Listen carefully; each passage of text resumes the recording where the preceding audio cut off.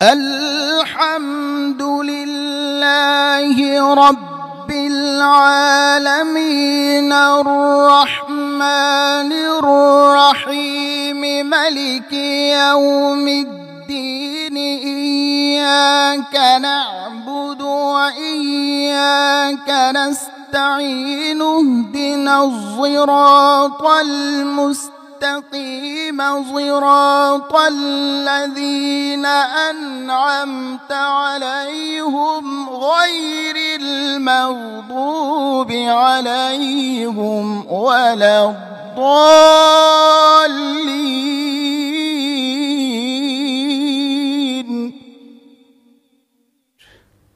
আসসালামু আলাইকুম ওয়া রাহমাতুল্লাহি ওয়া বারাকাতুহু। যে আপনাকে স্বাগত জানাচ্ছি আমাদের আজকের আয়োজনে। পবিত্র রমজান মুবারকের গুরুত্বপূর্ণ এই সময়ে আসুন অনুষ্ঠানের প্রারম্ভেই আমরা মহাগ্রন্থ আল কোরআন থেকে তেলাওয়াত শুনি। তেলাওয়াতে কণ্ঠ দিচ্ছেন শাইখ কারি খোবাইবুল হক তানঈম আল আজহারি। আউযু বিল্লাহি মিনাশ শাইতানির রাজীম।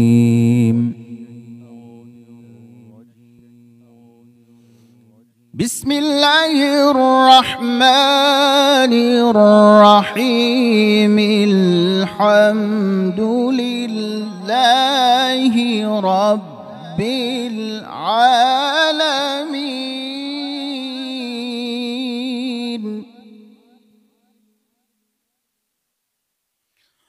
الرحمن الرحيم مالك يوم الدين إياك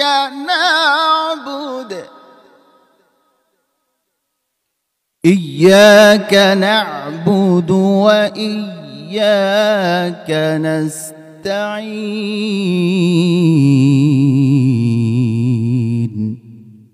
الحمد لله رب العالمين الرحمن الرحيم مالك يوم الدين إياك نعبد وإياك نستعين اهدنا الصراط المستقيم صراط الذين أنعمت عليهم غير المغضوب عليهم ولا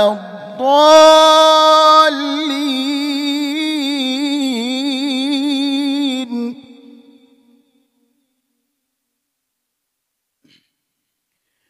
اهدنا الصراط المستقيم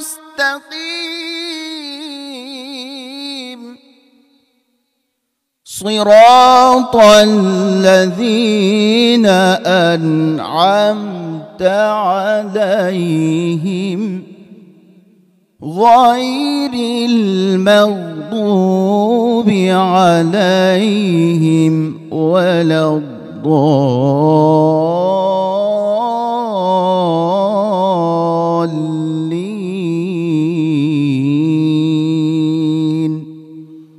صدق الله العظيم.